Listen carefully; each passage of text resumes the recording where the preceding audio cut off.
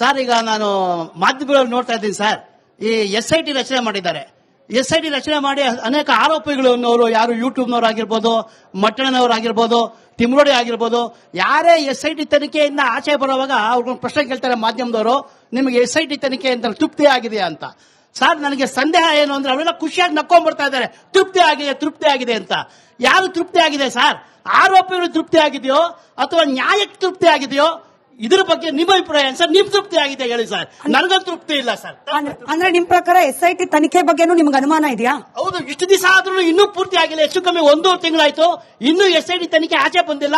ಆರೋಪಿಗಳು ಮಾತ್ರ ಬಹಳ ಖುಷಿಯಾಗಿ ಆಚೆ ಬಂದು ತೃಪ್ತಿದೆ ಅಂತ ಇದ್ದಾರೆ. ಯಾರಿಗೆ ತೃಪ್ತಿ?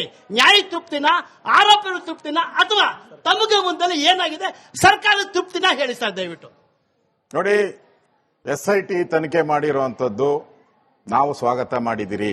SIT ತನಿಖೆ ಮಾಡಬೇಕಾದ್ರೆ ಒಂದು ಸರ್ಕಾರಕ್ಕೆ ಕಾಮನ್ ಸೆನ್ಸ್ ಅಂತ ಇರಬೇಕು, ಜ್ಞಾನ ಇರಬೇಕು. ಕಾಮನ್ ಸೆನ್ಸ್ ಅಂದ್ರೆ ಜ್ಞಾನ ಇರಬೇಕು.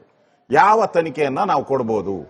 ಈಗ ಗೃಹ ಸಚಿವರಿಗಿರ್ಬೋದು, ಹೋಮ್ ಮಿನಿಸ್ಟರ್ಗೆ ಪ್ರತಿದಿನ 1,000 ಬರ್ತೈತೆ. CBI ಕೊಡಿ, ED ಕೊಡಿ, SIT ಮಾಡಿ ಅಂತ ಎಲ್ಲ ಕೊಡ್ತೀರಾ? ನಾವು ಕೊಡಲ್ಲ. ಯಾಕಂದ್ರೆ ಅದು ಸತ್ಯಾಸತ್ಯತೆ. ಸರ್ಕಾರ ಅಂದ್ರೆ ಸಾವಿರಾರು ಜನ IAS IPS ಅಧಿಕಾರಿಗಳಿರ್ತಾರೆ ಅಡ್ವೈಸ್ ಮಾಡಕ್ಕೆ. ಇಲ್ಲಿ SITಗೆ ಕೊಟ್ರಲ್ಲ ನೀವು, ಆ ಬುರುಡೆ ಮನುಷ್ಯ ಯಾರು ಅಂತ ಚೆಕ್ ಮಾಡಿದ್ರ? ನೀವು ಅವನ ಎಲ್ಲೋನು ಅಂತ ಚೆಕ್ ಮಾಡಿದ್ರ? ಅವನ ಪೂರ್ವಾಪರ ಚೆಕ್ ಮಾಡಿದ್ರ? ಏನೂ ಇಲ್ಲ. ಯಾರೋ ಅವರ ಹಿಂಬಾಲಕರು ಹೇಳಿದ್ರು ಅಂತೇಳಿ, ಈ ಪ್ರಗತಿಪರರ ಒಂದು ಗ್ಯಾಂಗ್ ಇದೆಯಲ್ಲ, ಹೇಳಿದ್ರು ಅಂತೇಳಿ ಕೊಟ್ಬಿಟ್ರಿ ನೀವು ತನಿಖೆಗೆ. ಎಷ್ಟು ದುಡ್ಡು ಖರ್ಚು ಮಾಡಿದ್ರಿ? 4 ಕೋಟಿ ಖರ್ಚಾಗಿದೆ ಇದುವರೆಗೂ. 3 ರಿಂದ 4 ಕೋಟಿ ಖರ್ಚಾಗಿದೆ. ಯಾರಪ್ಪನ ದುಡ್ಡು ಇದು? ಜನರ ಟ್ಯಾಕ್ಸ್ ಪೇಯರ್ಸ್ ದುಡ್ಡು ಇದು. ಹೆಂಗ್ ಕೊಟ್ರಿ ನೀವು? ಆಯ್ತು, ನಾಳೆ ಯಾವುದೋ ನನ್ನ ಹತ್ರ ಬಂದಿದ್ರು, ಮಸೀದಿಗಳಲ್ಲಿ ಹಿಂಗೆ ಅವ್ಯವಹಾರ ಆಗ್ತಾ ಇದೆ, ಮಸೀದಿಯಲ್ಲಿ ಈ ತರ ಕೊಲೆಗಳಾಗಿದೆ ಅಂತ ಸಾವಿರಾರು ಕಂಪ್ಲೇಂಟ್ ಬಂದಿದೆ.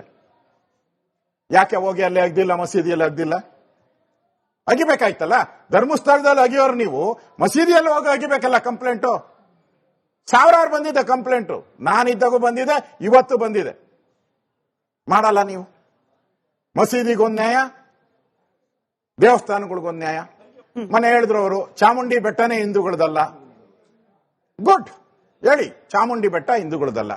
ಧೈರ್ಯವಾಗಿ ಹೋಗಿ ನಿಂತ್ಕೊಂಡು ಚಾಮುಂಡಿ ಬೆಟ್ಟ ಹೇಳಿಬಿಟ್ರಿ ನೀವು. ಹೋಗಿ ಮಸೀದಿ ಮುಂದೆ ನಿಂತ್ಕೊಂಡು ಇದು ಮಸೀದಿ ಅಲ್ಲ ಅಂತ ಹೇಳ್ತೀರಾ? ದಮ್ಮಿದೆ ನಿಮ್ಗೆ? ಹೇಳಿ, ಕಮಾನ್. ಯಾಕೆ ಈ ತಾರತಮ್ಯ? ಇದನ್ನೇ ನಾವು ಹೇಳ್ತಾ ಇರೋದು ತುಷ್ಟೀಕರಣ ರಾಜಕಾರಣ, ವೋಟ್ ಪಾಲಿಟಿಕ್ಸ್ ಅಂತ ಹೇಳ್ತಾ ಇರೋದು. ಬಟ್ ನೀವೇನ್ ಕಮ್ಮಿ ಮಾಡ್ತಿದ್ದೀರಾ ಅಶೋಕ್ ಸರ್? ಇನ್ನು SIT ತನಿಖೆ ಪ್ರಾರಂಭ ಆಗಿತ್ತು, ಆಗ್ಲೇನೆ ನೀವು ಡಿಕ್ಲೇರ್ ಮಾಡ್ಬಿಟ್ರಿ ಇದ್ರ ಹಿಂದೆ ಬಂದವನೊಬ್ಬ ಮುಸಲ್ಮಾನ, ಇದ್ರ ಹಿಂದೆ ಇರೋದು ಕಮ್ಯುನಿಸ್ಟ್ಗಳಂದ್ರೆ ಕಮ್ಮಿ ನಿಷ್ಠೆ ಇರೋರು. ನೀವೇನ್ ಕಮ್ಮಿ ರಾಜಕಾರಣ ಮಾಡ್ತಿಲ್ಲ? ಕಮ್ಯುನಿಸ್ಟೇ, ಪಕ್ಕಾ ಕಮ್ಯುನಿಸ್ಟೇನೆ ಇರೋದು ಅವ್ರಿಗೆ. ಈಗ ಎಲ್ಲೋದ್ರು ಅವರೆಲ್ಲ? ಈಗೆಲ್ಲ ಗುಂಡಿ ಹೇಗಿತ್ತವರಲ್ಲ, ಎಲ್ಲೋದ್ರು ಆ ಕಮ್ಯುನಿಸ್ಟ್ ಅವರು? ಅಲ್ಲ ರೀ, ಇದಕ್ಕೆ ಕೇರಳ ಸರ್ಕಾರ ಸಂಬಂಧ ಏನು? ನಮ್ಮ ರಾಜ್ಯದಲ್ಲಿ ಆಗ್ತಾ ಇರೋದು ಇದು. ಕೇರಳ ಸರ್ಕಾರದ ಸಂಬಂಧ ಏನಿದೆ ಇದಕ್ಕೆ?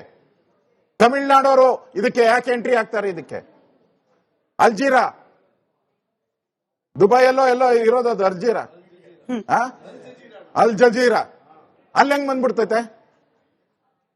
ಅಂದ್ರೆ ವ್ಯವಸ್ಥಿತ ಸಂಚು ಇದು. ಈಗ ಮರ್ಡರ್ ಆಗಿದೆ, ಈಗ ಅವ್ರು ಯಾರು ಹೇಳಿದ್ರು ಪದ್ಮನಾಭನಗರ ಮರ್ಡರ್ ಆಗಿದ್ರೆ ಪದ್ಮನಾಭನಗರದಲ್ಲಿ ಚರ್ಚೆ ಆಗ್ತೈತಪ್ಪ, ಇಲ್ಲ ಅಂದ್ರೆ ಬೆಂಗಳೂರಲ್ಲಿ ಚರ್ಚೆ ಆಗ್ತೈತೆ. ಇಲ್ಲ ಅಲ್ಜೀರಾಗ ಹೋಗ್ಬಿಟ್ರೆ, ಕೇರಳಾಗ ಹೋಗ್ಬಿಟ್ರೆ, ತಮಿಳ್ನಾಡಿಗೆ ಹೋದ್ರೆ ಏನ್ ಹೇಳ್ಬೇಕಿದು? ದೇಶ ವಿರೋಧಿ ಅಂತಾನೆ ತಾನೇ ಹೇಳ್ಬೇಕು ನಾವು, ಹೇಳ್ಬೇಕಲ್ಲ. ಅದನ್ನ ನಾನು ಕೇಳ್ತಾ ಇರೋದು ಪ್ರಶ್ನೆಯಲ್ಲಿ. ಇದರಿಂದ ಗ್ಯಾಂಗ್ ಇದೆ, ಬುರುಡೆ ಗ್ಯಾಂಗ್ ಇದೆ. ಈ ಬುರುಡೆ ಗ್ಯಾಂಗು SIT ಹಿಡಿತಾ ಇದ್ದಾರೆ. ನಾನು SIT ಮೇಲೆ ತಪ್ಪು ಅಂತ ಅವ್ರು ಕೇಳಿದ್ರು. SIT ತಪ್ಪು ಅಂತ ಅಲ್ಲ, ಹಿಡಿತಾ ಇದ್ದಾರೆ. ಕೆರೆಯಲ್ಲಿರೋ ಮೀನುಗಳು ಹಿಡಿತಾ ಇದ್ದಾರೆ. ತಿಮಿಂಗಲ ಬೇಕು ಇಲ್ಲಿ. ಅದಕ್ಕೆ ನಾವು NI ತನಿಖೆಗೆ ಹಿಡಿಯೋಷ್ಟು ದೊಡ್ಡ ಬಲ ಇರೋದು ನಿಮ್ ಸರ್ಕಾರ ಕೇಂದ್ರದಲ್ಲಿದೆ ಸರ್. NIA ತನಿಖೆ ಆಗ್ಬೇಕು ಅಂತ ಹೇಳಿ ಮಠಾಧೀಶರು ಹೋಗಿ ಮನವಿ ಮಾಡಿದ್ರು, ಕೋಟಾ ಶ್ರೀನಿವಾಸ್ ಪೂಜಾರಿ ಅವರು ಪತ್ರ ಬರೆದ್ರು. ಯಾಕೆ ರೆಸ್ಪಾಂಡ್ ಮಾಡ್ತಿಲ್ಲ? ಕೇಂದ್ರದಲ್ಲಿರುವ ಬಿಜೆಪಿ ಸರ್ಕಾರಕ್ಕೆ ಇನ್ನು ಇಲ್ಲಿ ಆಗ್ತಾ ಇರುವ ವಿಚಾರದ ಬಗ್ಗೆ ಸೀರಿಯಸ್ನೆಸ್ ಅರಿವಾಗಿಲ್ವಾ, ಅಥವಾ ಅರಿವು ಮಾಡೋ ಪ್ರಯತ್ನ ರಾಜ್ಯದ ಬಿಜೆಪಿಗರು ಮಾಡಲಿಲ್ವಾ ಅಂತ ಹೇಳಿ? ಅದು ಜವಾಬ್ದಾರಿ ಇರೋ ಸರ್ಕಾರ ಕೇಂದ್ರದಲ್ಲಿ. ಯಾವನ ಬುರುಡೆ ತಗೊಂಡೋಗಿ ಕೊಟ್ಬಿಟ್ಟು, ಹಿಂಗ್ ಹಿಡ್ಕೊಂಡು ಬುರುಡೆ ತಗೊಂಡೋಗಿ ಕೊಟ್ಬಿಟ್ಟು ತನಿಖೆ ಮಾಡು ಅಂತ ಹೇಳಿದ್ರಲ್ಲ, ತನಿಖೆ ಕೊಟ್ಬಿಟ್ರಲ್ಲ. ಹಂಗಲ್ಲ, ಈ ಬುರುಡೆ ಸರ್ಕಾರ ಅಲ್ಲ, ಅಲ್ಲಿ ಕೇಂದ್ರದಲ್ಲಿರೋದು ಜವಾಬ್ದಾರಿ ಸರ್ಕಾರ. ಅವರು ಈ ವಿಚಾರ ದುಡ್ಡೆಲ್ಲಿಂದ ಬಂತು, ಇದರಲ್ಲಿ ದೇಶ ವಿರೋಧಿ NI ಅಂದ್ರೆ ಏನು? ದೇಶ ವಿರೋಧಿ ಚಟುವಟಿಕೆ ಇರ್ಬೇಕು NI ಇಲ್ಲ, ಹಂಗೆ ಕೊಡಕ್ ಬರಲ್ಲ. ಇದರಲ್ಲಿ ಇದೆಯಾ ದುಡ್ಡು? ಯಾವ ದೇಶ ಕೊಟ್ಟಿದ್ದಾರೆ, ಎಲ್ಲಿ ಕೊಟ್ಟಿದ್ದಾರೆ? ಇದು ತನಿಖೆ ಆಗ್ಬೇಕು. ಅದಾದ್ಮೇಲೆ ಕೇಂದ್ರ ಸರ್ಕಾರ ತೀರ್ಮಾನ ತೆಗೆದುಕೊಳ್ತದೆ. ಅಂದ್ರೆ ಇನ್ನು ತನಿಖೆ ಆಗದಲ್ಲೇ ಆರ್ ಅಶೋಕ್ ಅವರು ಆರೋಪ ಮಾಡ್ತಿದ್ದಾರೆ. ಕೇಂದ್ರ ಸರ್ಕಾರಕ್ಕೆ ಇನ್ನೂ ಗೊತ್ತಾಗಿಲ್ಲ ಇದರಿಂದ ಷಡ್ಯಂತ್ರ ಇದೆಯಾ ಇಲ್ವಾ, ದೇಶ ವಿರೋಧಿ ಚಟುವಟಿಕೆ ಇದೆಯಾ ಇಲ್ವಾ, ಇನ್ನೂ ಖಾತ್ರಿ ಇಲ್ಲ. ಬಟ್ ಆರ್ ಅಶೋಕ್ ಅವರು ಬಿಜೆಪಿಯ ರಾಜ್ಯ ನಾಯಕರು ಆರೋಪ ಮಾಡ್ತಿದ್ದಾರೆ. ನೋಡಿ, ನಾವೇನ್ ಆರೋಪ ಮಾಡ್ತಾ ಇದ್ದೀರೋ ಅದು ಕೇಂದ್ರ ತಲುಪಲಿ ಅಂತ ಆರೋಪ ಮಾಡ್ತಾ ಇದ್ದೀರಿ. ಸರ್, ನಂದು ಒಂದು ಪ್ರಶ್ನೆ ಅಶೋಕ್ ಸರ್, ನಂದೊಂದು ಪ್ರಶ್ನೆ ಹೇಳಿ ಸರ್. ನೋಡಿ, ನೀವು ಅವಾಗ ದಾರಿ ತಪ್ಪಿಸ್ತಾ ಇದ್ದೀರಾ. ಏನ್ ದಾರಿ ತಪ್ಪಿಸ್ತಾ ಇದ್ದೀರಾ ಅಂದ್ರೆ, ಮಜೀದಿಯಲ್ಲಿ ಅಲ್ಲಿ ಏನ್ ಅದು ಅಲ್ಲಿ ಇದ್ದಿತ್ತು, ಮಜೀದಿ ಆ ಮಜೀದಲ್ಲಿ ಗುಂಡಿಲಿ ಇದ್ದಿತ್ತು ಅಂತ ಹೇಳ್ತಾ ಇದ್ದೀರಾ. ಅದ್ರ ಬಗ್ಗೆ ನೀವು ತನಿಖೆ ಮಾಡಿಸ್ಬೋದಿತ್ತು ಅಲ್ವಾ? ನಿಮ್ಮ ಸರ್ಕಾರನೂ ಬಂದಿತ್ತು, ನಿಮ್ಮ ಸರ್ಕಾರದಲ್ಲೂ ನೀವು ತನಿಖೆ ಮಾಡಿಸ್ಬೋದಿತ್ತು. ಒಳಗಡೆ ಬಂದು ನೀವು ಬೇಕಾದ್ರೆ ಮಹಿಳೆಯರನ್ನ ಕಳಿಸ್ಬಿಟ್ಟು ಪೊಲೀಸ್ ಮುಖಾಂತರ ಕಳಿಸ್ಬಿಟ್ಟು ನೀವು ತನಿಖೆ ಮಾಡಿಸ್ಬೋದಿತ್ತು ಅಲ್ವಾ? ನೀವು ಮತ್ತೆ ಅದನ್ನ ಹೇಳ್ತಾ ಇರ್ತೀರಲ್ಲ, ಯಾಕೆ ಹೇಳ್ತೀರಾ? ತನಿಖೆ ಮಾಡಿಸಿ ಸರ್, ತನಿಖೆ ಮಾಡಿಸಿ ಅದ್ರ ಬಗ್ಗೆ. ಇಲ್ಲಿ ನಡೀತಾ ಇರೋದು ಸೌಜನ್ಯ ಬಗ್ಗೆನೇ ಮಾತಾಡಬೇಕು ನಾವು. ಇವಾಗ ನೀವು ಮಜೀದಿ ಅದು ಇದು ಅಂತ ಹೋದ್ರೆ ಇವಾಗ ನಮಗೂ ಒಂದು ಇದಾಗತ್ತಲ್ವಾ? ಅದು ಹೇಳಬೇಡ್ದು ನೀವು ಅಲ್ವಾ? ನೋಡಿ, ಅವರು ಒಳ್ಳೆ ಪ್ರಶ್ನೆ ಕೇಳಿದ್ದಾರೆ. ಈಗ ಯಾವುದೋ ಒಂದು ದರ್ಗಾದಲ್ಲೋ ಮಸೀದಿಯಲ್ಲೋ ಏನಾದರೂ ಹೆಚ್ಚು ಕಮ್ಮಿ ಆದ್ರೆ ಅವ್ರದೇ ಧರ್ಮದ ಪ್ರಜೆಗಳಿದ್ದಾರೆ, ಅವ್ರ ಧರ್ಮನ ಅಲ್ಲಾನ ಪೂಜೆ ಮಾಡೋರು ಅವ್ರು ಇರ್ತಾರೆ, ಅವರು ಅದ್ರ ಬಗ್ಗೆ ಮಾತಾಡಬೇಕು.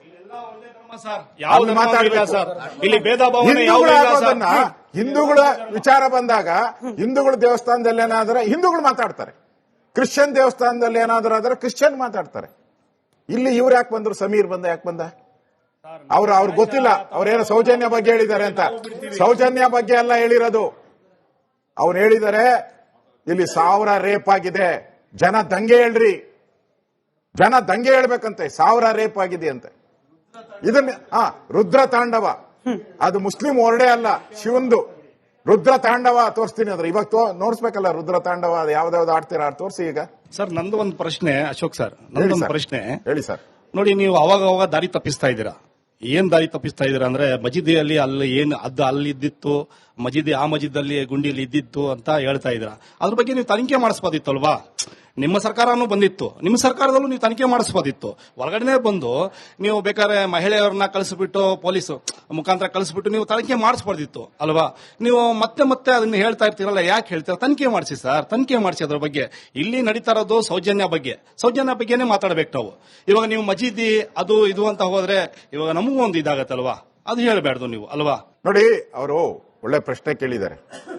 ಈಗ ಯಾವುದೋ ಒಂದು ದರ್ಗಾದಲ್ಲೋ ಮಸೀದಿಯಲ್ಲೋ ಏನಾದರೂ ಹೆಚ್ಚು ಕಮ್ಮಿ ಆದ್ರೆ ಅವ್ರದೇ ಧರ್ಮದ ಪ್ರಜೆಗಳಿದ್ದಾರೆ, ಅವ್ರ ಧರ್ಮನ ಅಲ್ಲಾನ ಪೂಜೆ ಮಾಡೋರು ಅವ್ರು ಇರ್ತಾರೆ, ಅವರು ಅದ್ರ ಬಗ್ಗೆ ಮಾತಾಡಬೇಕು.